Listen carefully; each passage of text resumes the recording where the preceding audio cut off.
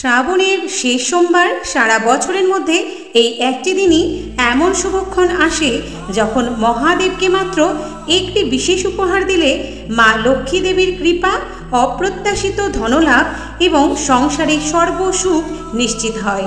শাস্ত্রে বলা আছে, এই দিনে শিবলিঙ্গে এই একটি জিনিস অর্পণ করলে জীবনে আর অভাব আসে না কোনো দিনও।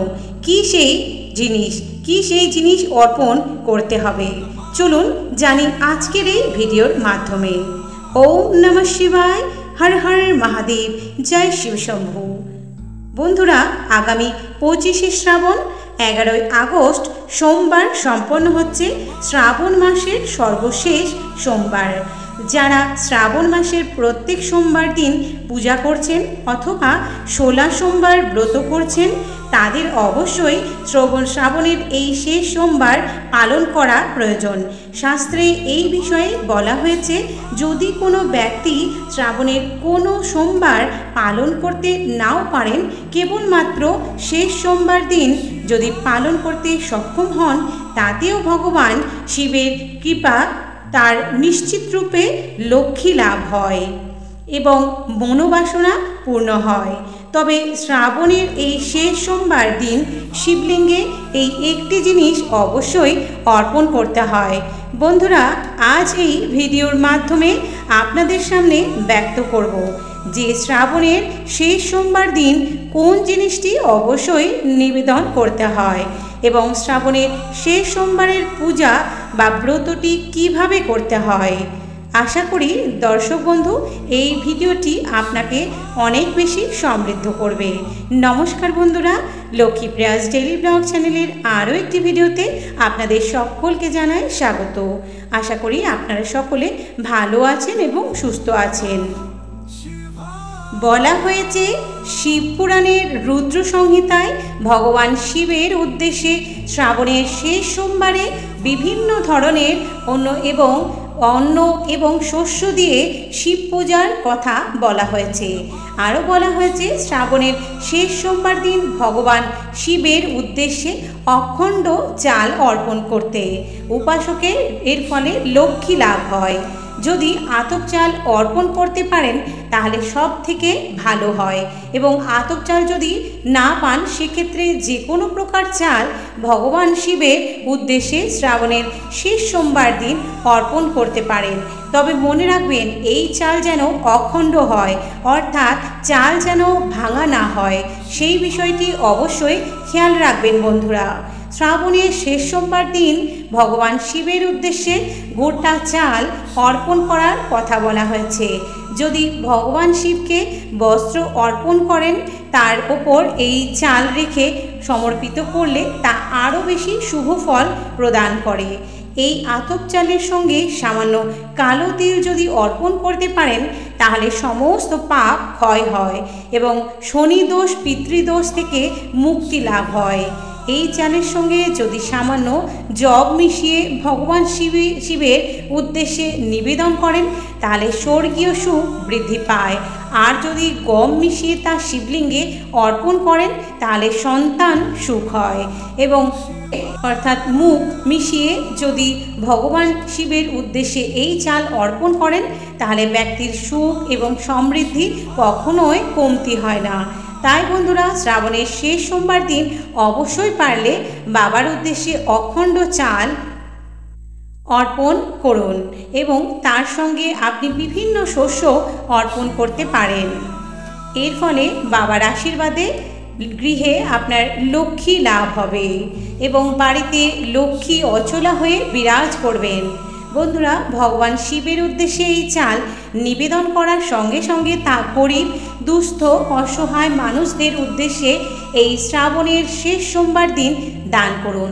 সম্ভব হলে তাদেরকে ভোজনও করান এবং শ্রাবণের শেষ সোমবার দিনে পরপর 7 দিন ভগবান শিবের উদ্দেশ্যে শিবলিঙ্গে 5টি অখণ্ড চাল নিবেদন করুন। শিবপুরাণ অনুযায়ী এই বিষয়টি কিন্তু অবশ্যই করা প্রয়োজন।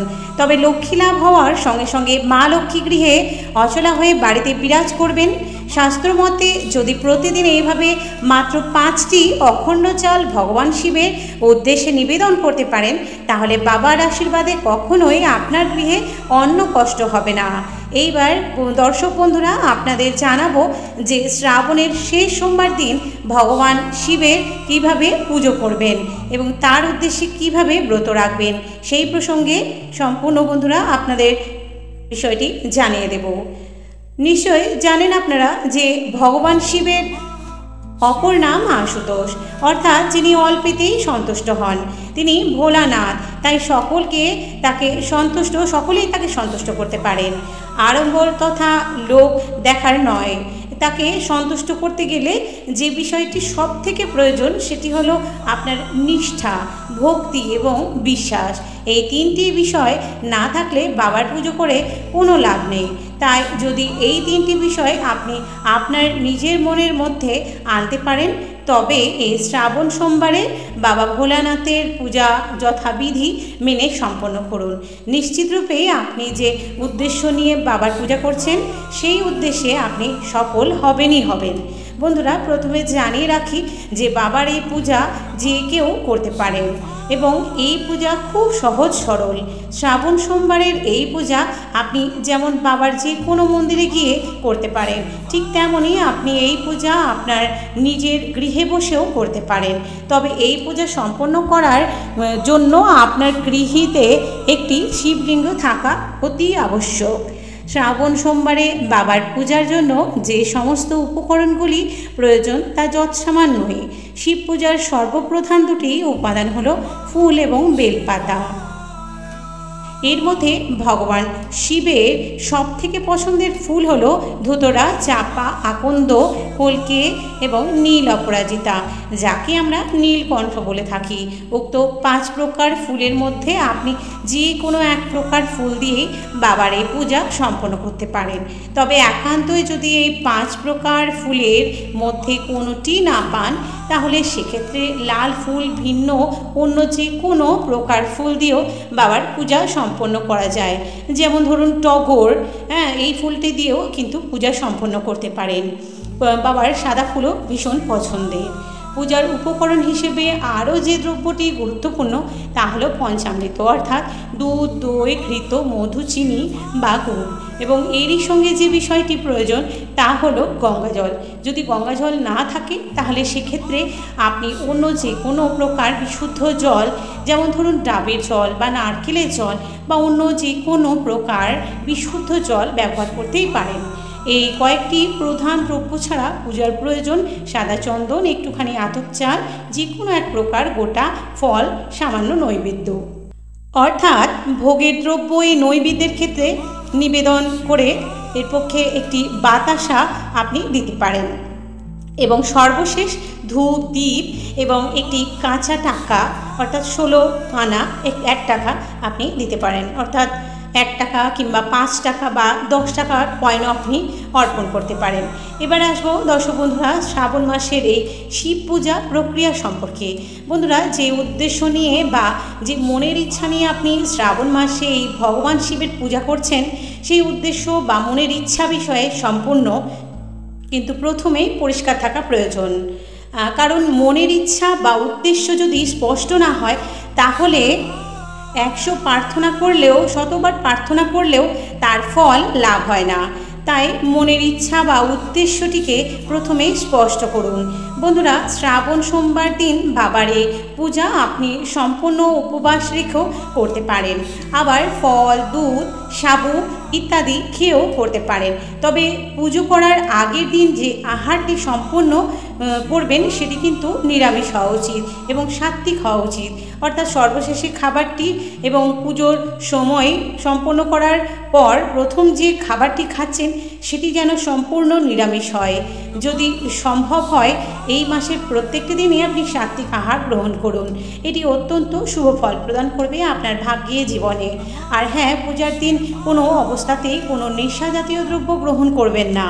বন্ধুরা, পূজার দিন ব্রহ্ম মুহূর্তে অর্থাৎ ভোরবেলা ঘুম থেকে উঠুন এবং বিছানায় বসেই প্রথমে মনে মনে সংকল্প করুন যে আপনি আপনার মনের ইচ্ছা পূরণের উদ্দেশ্যে এই ব্রতটি আজ সম্পূর্ণ রাখার চেষ্টা করবেন। বাবার কাছে প্রার্থনা করুন যেন তিনি আপনাকে সেই শক্তি প্রদান করেন। এরপর বন্ধুরা স্নান পর্ব সেরে পুজোর প্রয়োজনীয় উপকরণগুলি সংগ্রহ করে নেবেন। আর বন্ধুরা এই সোমবার দিনকে অবশ্যই চেষ্টা করবেন ব্রহ্ম মুহূর্তে ঘুম থেকে ওঠার, অর্থাৎ 3টে থেকে 5টার মধ্যে। এটি অত্যন্ত শুভ সময় বলে ধরে নেওয়া হয় ধর্মীয় আমাদের হিন্দু শাস্ত্র মতে। তো শ্রাবণ সোমবারের এই পূজা সর্বদা সন্ধেবেলায় সম্পন্ন করা প্রয়োজন, তবে একান্তই সমস্যা হলে আপনি দিনের বেলায় সকালের মধ্যেই সম্পন্ন করতে পারেন। শিব পুজো সর্বদা উত্তরমুখে বসে করবেন এবং শিবলিঙ্গকেও উত্তরমুখী করে রাখবেন। উত্তর দিককে বলা হয় ব্রহ্মলোক পথ। এই পরম ব্রহ্মময় শিবের পূজা হয়, তাই সর্বদা উত্তরমুখে বসে এই পূজা করার নিয়ম, শিব পূজা করার নিয়ম।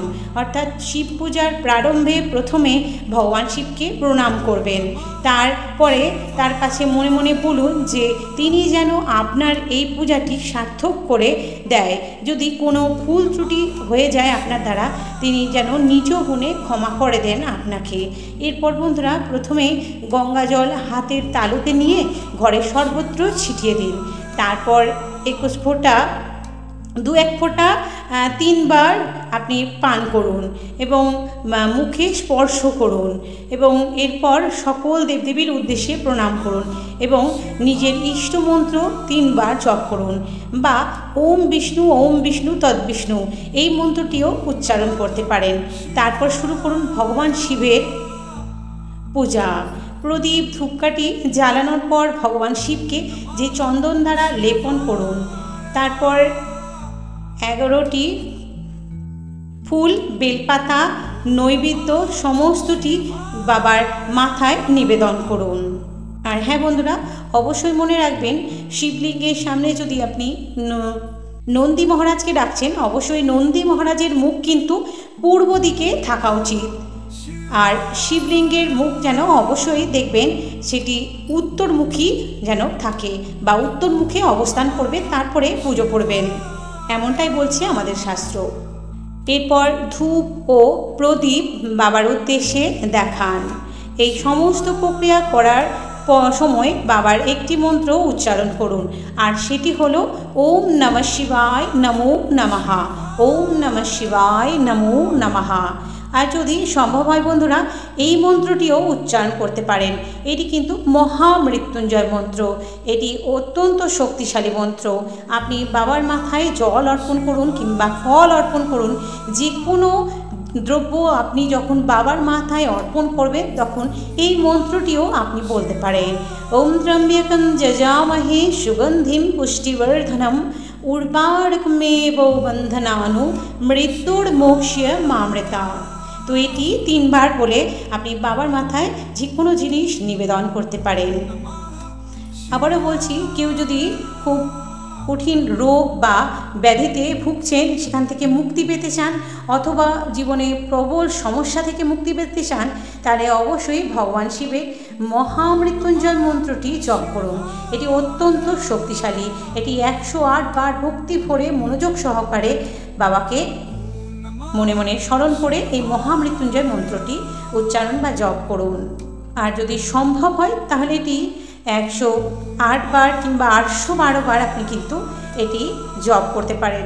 যত বেশি জপ করবেন আপনার জীবনের সমস্ত সমস্যাগুলো খুব দ্রুত আপনার জীবন থেকে দূরীভূত হতে থাকবে। তো বন্ধুরা, এবং এই মন্ত্রটি পাঠের সঙ্গে সঙ্গে অবশ্যই আপনার মনের ইচ্ছাগুলি বাবার নিকট জানান। দেখবেন বাবা মহাদেবের কৃপায় আপনার জীবনের সমস্ত কিছু ইচ্ছা পূর্ণ হতে শুরু করেছে। বাবার কাছে প্রার্থনাও করুন আপনার সকল বিষয়ে যেন আপনি সফলতা পেতে পারেন। নির্দিষ্ট সময়ের মধ্যে তিনি যেন আপনার মনের ইচ্ছাটি পূর্ণ করে দেয়। আপনার মধ্যে সেই শক্তি, সেই যোগ্যতা তিনি যেন প্রদান করেন, যাতে আপনি আপনার সেই মনস্কামনাগুলি বা মনের ইচ্ছাটি পূর্ণ করতে সক্ষম হন। এইভাবে পূজা প্রক্রিয়াটি সম্পূর্ণ করার পর যে পঞ্চামৃত বাবার উদ্দেশ্যে অর্পণ করেছেন সেটি পান করে উপবাস ভঙ্গ করুন। সন্ধেবেলায় উপবাস ভঙ্গের পর আপনি সেই দিন রাত্রে নিরামিষ আহার গ্রহণ করতে পারেন, তবে অতিরিক্ত তৈলাক্ত এবং মশলা জাতীয় খাবার এই দিন এড়িয়ে চলুন। শ্রাবণের শেষ সোমবার এইভাবে পারলে বাবার পূজা সম্পন্ন করুন এবং অবশ্যই অখণ্ড আতপ চাল নিবেদন করতে ভুলবেন না। আশা করি দর্শক বন্ধুরা এই ভিডিওটি থেকে আপনি অনেক বেশি সমৃদ্ধ হয়েছেন। ভালো লাগলে একটি লাইক করবেন, একটি শেয়ার করবেন, আপনার আত্মীয় স্বজন বন্ধু বান্ধব সকলের মধ্যে ভিডিওটি ছড়িয়ে দেবেন যাতে তারাও এই ভিডিওটির মাধ্যমে উপকৃত হতে পারে। এবং অবশ্যই কমেন্ট সেকশানে ওম নমঃ শিবায় কথাটি লিখতে ভুলবেন না। এবং যারা চ্যানেলে নতুন রয়েছেন চ্যানেলটি সাবস্ক্রাইব করে পাশে থাকা বেল বাটনটি ক্লিক করে দেবেন। সবাই ভালো থাকবেন, সুস্থ থাকবেন। ভগবান ভোলেনাথ আপনাদের সকলের মঙ্গল করুক এই কৃপা আমি প্রার্থনা করছি। সকলে খুব ভালো করে এই শ্রাবণ মাসের শেষ সোমবারটি পালন করবেন, বাবা মহাদেবের ধ্যান এবং জপ করবেন। আজকের মতো ভিডিওটি এই পর্যন্ত। সবাই ভালো থাকবেন। ওম নমঃ শিবায়। জয় শিব শম্ভু। হর হর মহাদেব।